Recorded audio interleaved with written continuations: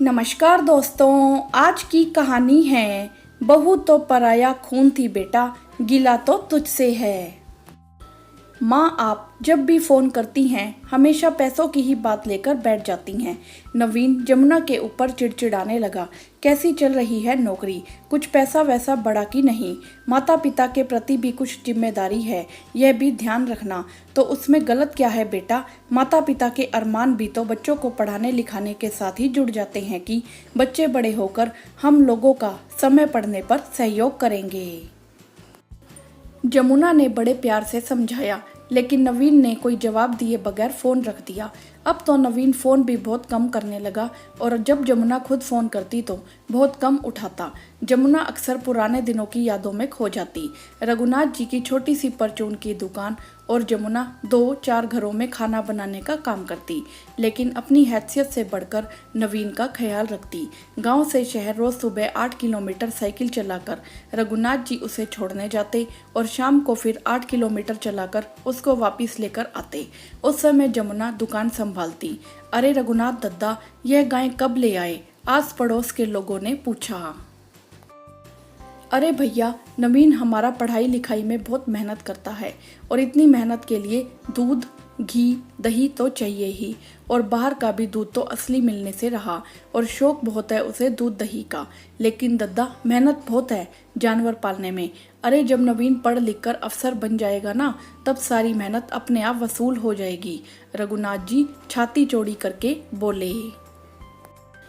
नवीन था भी पढ़ने लिखने में होशियार और समय के साथ साथ वह बहुत बड़ा अफसर भी बन गया। अरे हमारा बबुआ तो बड़े शहर में अफसर बन गया है और जल्दी ही वहाँ नौकरी करने जा रहा है। जमुना और रघुनाथ जी जो मिलता उसको रोक रोक कर बताते, और खुश भी क्यों ना हो, एक साधारण परिवार और गांव का बेटा शहर में अफसर बन जाए। तो जब नवीन नौकरी करने गांव के बाहर जाने लगा तो सारे गांव के लोग मिलने के लिए आए।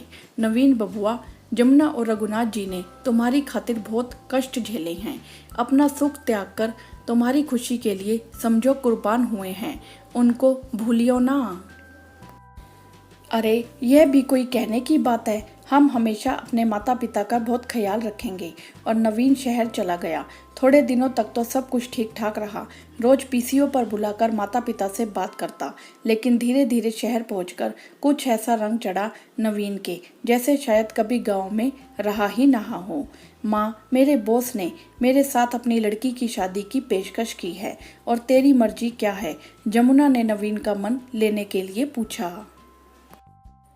मैं भी उससे शादी करना चाहता हूँ।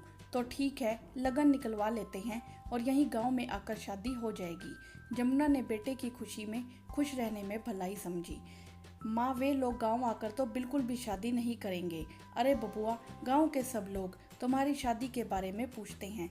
कोई बात नहीं, आप लोग यहीं आ जाइए, गांव में सबको बाद में दावत दे दी जाएगी। ठीक है, जमुना और रघुनाथ जी दोनों ही मायूसी से बोले। और दोनों शहर पहुंच गए, लेकिन वहां जाकर अजीब सा लगा उन दोनों को। किसी को दोनों से कोई मतलब ही नहीं था। वह दोनों चुपचाप एक कोने में बैठे बैठे सब कुछ देख रहे थे। अपना बेटा ही पराया लग रहा था। कितना अरमान था बहू लाने का। बबुआ की शादी में कोई कसर नहीं बाकी रखूंगी, पूरे गांव को न्योता बांटूंगी। यहाँ तो सिर्फ 20-25 लोग और वह भी अनजाने। जमुना की आंखों में 2 बूंद आंसू टपक पड़े।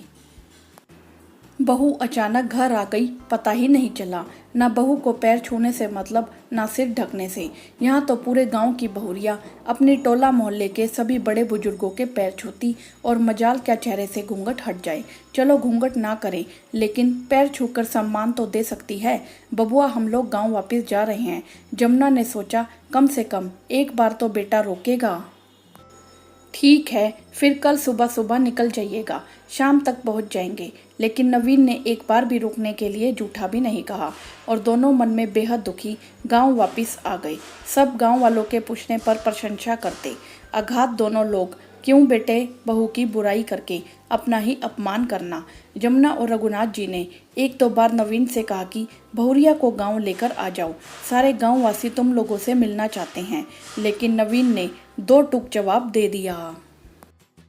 लेकिन माँ, डोली ने शादी इसी शर्त पर की थी कि कभी गांव नहीं जाऊंगी। अब तो कुछ कहना ही बेकार था। दिल पर पत्थर रख लिया। दिन बीतते चले गए। अब तो गाहे बगाहे ही फोन आता बेटे का, और ना ही कभी अपने पास बुलाना चाहता। सुनो, मेरा बड़ा मन करता है बबुआ से मिलने का। वह तो नहीं बुला रहा। चलो हम लोग ही चलते हैं। उसका जन्मदिन भी आने वाला है। साथ ही मिलकर जन्मोत्सव मनाएंगे। बबुआ बड़ा खुश हो जाएगा। सोच लो, कहीं कुछ गड़बड़ ना हो जाए। अरे, अपनी औलाद का घर है, गड़बड़ काहे की। ठीक है। फिर रघुनाथ जी के हाँ कहते ही जमुना जुट गई नवीन के मनपसंद सामान बनाने में। शुद्ध देसी घी के बेसन के लड्डू, मठरी, बेसन के सेव और गाय के दूध की रबड़ी। जैसे ही पहुंचे नवीन के घर, दोनों ने उस समय तो कुछ नहीं कहा, लेकिन उन्हें अच्छा बिल्कुल भी नहीं लगा। बबुआ, तुम्हें देखने को आंखें तरस गई। इतना कहकर जमुना नवीन को गले लगाने लगी, लेकिन नवीन कसम खाकर पीछे हट गया, क्योंकि डोली को नवीन का किसी के भी गले से लिपटना पसंद नहीं था, चाहे वह माँ ही क्यों ना हो। धक से हुआ कलेजे में जमुना के। माँ, बाबूजी आप लोग, अरे हमें बताते तो हम ले आते आपको स्टेशन से। कितने दिनों तक तो बुलाने का इंतजार करते रहे। मन ही मन चल गया रघुनाथ जी के। नवीन उनको ड्राइंग रूम में बिठाकर अंदर चला गया। जरूर तुमने ही फोन करके बुलाया होगा। डोली की गुस्से भरी आवाज बाहर तक आ रही थी। नहीं डोली, मैं तुम्हारी मर्जी के बगैर कैसे बुला सकता हूँ उनको। मैं तो इसीलिए जल्दी फोन भी नहीं करता। मुझे तो खुद नहीं पता कि यह लोग कैसे आ गए। मैं तो बिल्कुल भी नहीं मैनेज करने वाली। तुम परेशान ना हो सकता है कि रुपए पैसों की जरूरत हो तो वहीं लेने आए हों। एक दो दिन में उनका रुपया पैसा देकर वापस भेज दूंगा। यह क्या, पैरों के नीचे से जमीन खिसक गई। हमारा बेटा बहू और हम उनके ऊपर बोझ। अपनी कोख से जाया बेटा ऐसी बातें कर रहा है। बड़े मनोयोग से चुन चुनकर अपने हाथों से बनाया हुआ सामान जमुना देने आई थी डोली को, और वह हाथों में पकड़ा सामान जमुना को मुंह चिढ़ा रहा था। उसके हाथों से सामान छूट गया। छनक की आवाज हुई। यह आवाज तो सुन ली नवीन ने, लेकिन जो शायद बहुत अंदर तक टूट गया था जमुना का, वह शायद रघुनाथ जी के कोई ना सुन सका। बाहर से रघुनाथ जी दौड़कर आए। अरे माँ, आप बाहर ही थी? कोई जरूरत थी तो मुझे बुला लेती। नवीन तुरंत बात पलटते हुए बोला। तुझे बुला लेती तो तुम लोगों की सच्चाई कैसे जान पाती। मैं तो तेरे जन्मदिन के लिए अपने हाथों से बने लड्डू, मठरी और सेव तुम्हें देने आई थी, और तुम लोगों की बातें सुनकर पैर ठिठक गए। बेटा, मुझे तुम लोगों के पैसे नहीं चाहिए। ईश्वर ने हम लोगों को अपने जीवन यापन भर का बोध दिया है, और गांव में अभी भी इतना प्यार और सम्मान है कि हम लोग अपनी जिंदगी वहां बहुत आसानी से काट लेंगे। जमुना की आंखों में आंसू और आवाज में बेहद दर्द था, और उसकी दर्दनाक आवाज सुनकर रघुनाथ जी भी आंसुओं को आने से रोक ना सके। नहीं माँ, ऐसी बात नहीं है, आप गलत समझी हैं। गलत तो बेटा हम लोग पहले समझे थे, लेकिन अब आंखें खुल चुकी हैं। बेटा, बहू तो पराया खून थी। गिला तो तुझसे है कि तूने हम लोगों के प्यार को ना देखकर रुपए पैसों के लालच को देखा। आज तूने मेरी कोख की लाज मिटा डाली। सुनिए जी, तुरंत वापस चलिए। मुझे यहाँ एक पल भी नहीं रुकना है। जमुना मोह की पट्टी तोड़कर रघुनाथ जी का हाथ पकड़कर वापस चल पड़ी। इतने बड़े दुख में उसे यह भी नहीं याद रहा कि अभी अभी थोड़ी देर पहले ही इतना लंबा सफ़र तय करके थक चुकी है, और फिर से इतना लंबा सफ़र। लेकिन उन सब की परवाह न करते हुए लौट पड़ी अपने गाँव वालों के पास।